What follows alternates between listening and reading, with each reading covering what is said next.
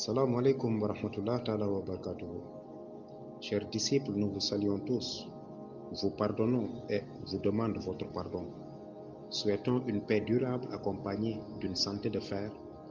Que le bon Dieu nous gratifie d'immenses richesses afin que se dissipe à jamais la pauvreté, l'ignorance sous toutes ses formes. De même de tout ce qui peut discréditer l'être humain, nous protège sur terre et dans l'au-delà de la mort subite au nom du prophète Mohammed sallallahu alayhi wa sallam. Le dars d'aujourd'hui s'articule autour de Allah subhanahu wa ta'ala, mais segmenté en trois parties que sont la vie, l'être humain et Dieu lui-même. Premièrement, ce qui fait la notoriété de Allah, c'est au moment où rien n'existait sauf lui. Deuxièmement, l'existence de la vie est définie par la parole divine. Et enfin, troisièmement, il devient matière lorsqu'il a créé l'être humain. Et nul ne peut apporter une définition précise de Allah, mieux le décrire dans sa globalité. Peut-être, vous le savez, c'est au moment où rien n'existait, car dans le néant, nul ne peut expliquer l'état d'une existence, et pourtant tout y est.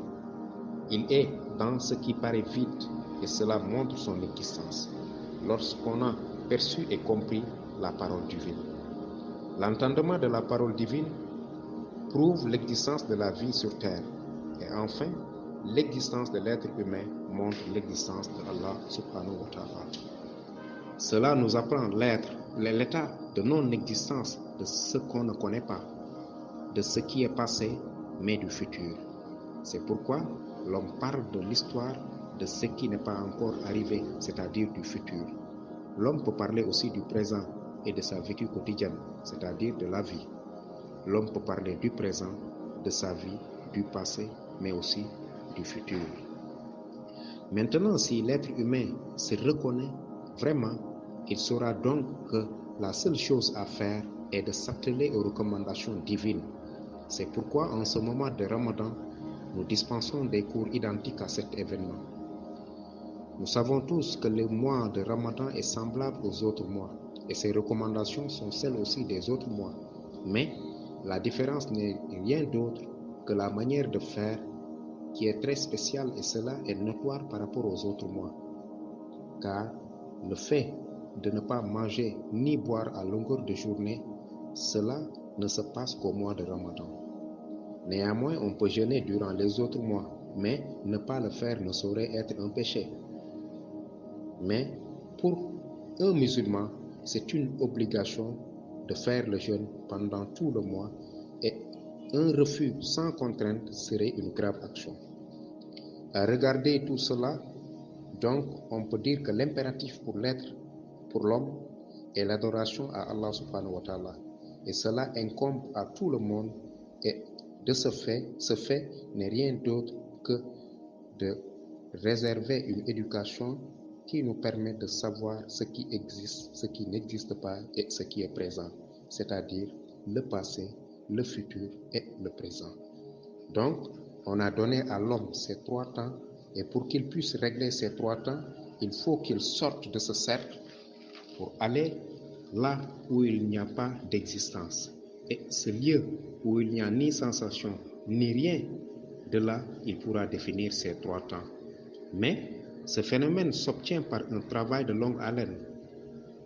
Cela paraît difficile, mais seulement c'est une façon de parler. Mais un bon entendement peut guider nos pas.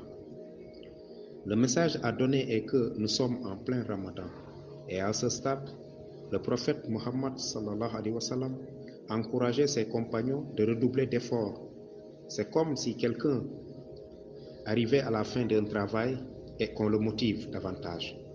C'était un procédé du prophète envers ses compagnons. C'est pourquoi mon rôle, moi aussi, est de vous sermonner, car notre dara n'est autre qu'un dara d'adoration, de pratique, pour la pureté, la sainteté, la droiture. Il n'y a pas de folklore ni des choses de ce genre.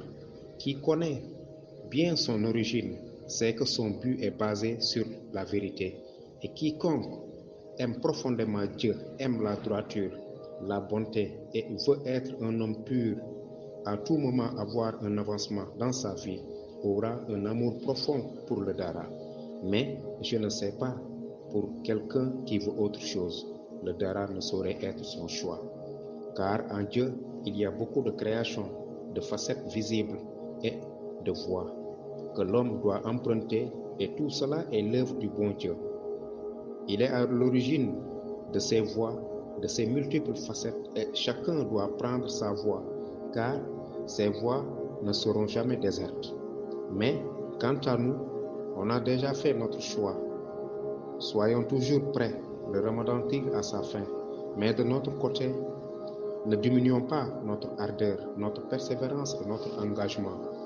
Réactivons nos ardeurs et nos intentions afin qu'on puisse finir par Alhamdulillah, car le Bismillahirrahmanirrahim était le début.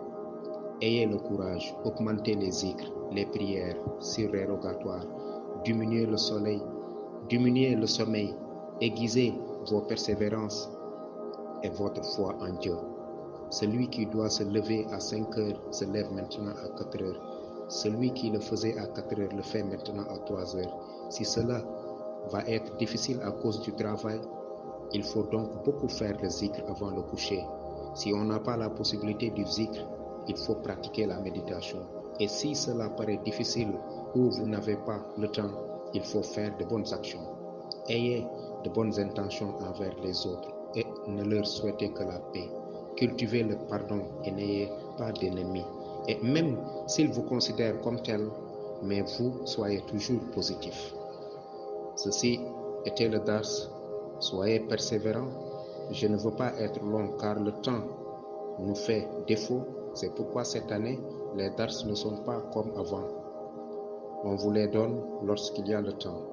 L'essentiel est de mettre en œuvre ce dont vous avez compris, mais le nombre de dars ne compte pas. Juste la pratique de ce qu'on a compris.